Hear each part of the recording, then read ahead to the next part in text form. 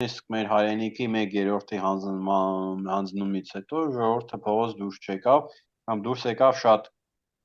չնչին քիչ քանակությամբ։ Ցավալի վիճակ է, ճիշտ է, կա ժողովրդի դժգոհություն, բայց նրանք որոշիչ չեն, sense թեթև նշույլներ են, թեթև սպորտկումների տեսքով են դա դրսևորվում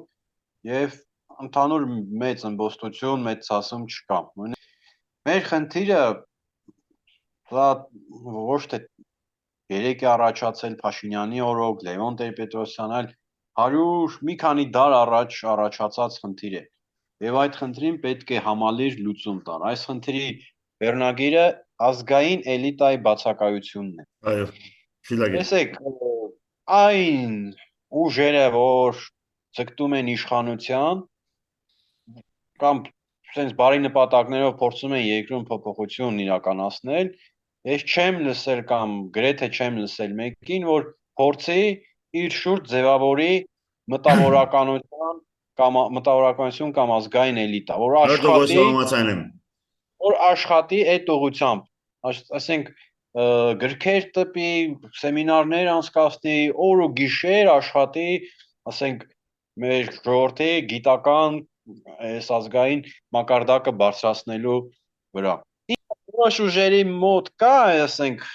բաներ անց են կացնում, բայց դա շատ չնչին է, շատ քիչ է։ Դա կոմպլեքս աշխատանք չի, համալիր աշխատանք չի։ Սա տարիներով, նույնիսկ տասնամյակներով պետք է աշխատել այս ուղղությամբ, որպեսզի մենք արդյունք ունենանք։ Ցավոք սրտի չի արվում այս քայլը 21-րդ դարը դա այնպիսի հնարավորությունների ժամանակաշրջան է, որ այնքեղ թեզերը թե մեզ թույլ չեն տալի, մեզ խանգարում են, դա ուղղակի մտերն ասած ապրավդանիա է, այդպես բան չկա, հասկանում ես, չկա այս բանը, չկա,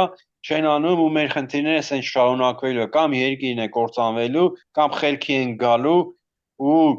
իսկ խելքի գալու ենք ինչ որ ֆորս մաժորային իրավիճակում։ Միայն այդ դեպքում, երբ արդեն բնազդն է ժողովրդին ուղղորդելու, մենք կարող ենք ունենալ,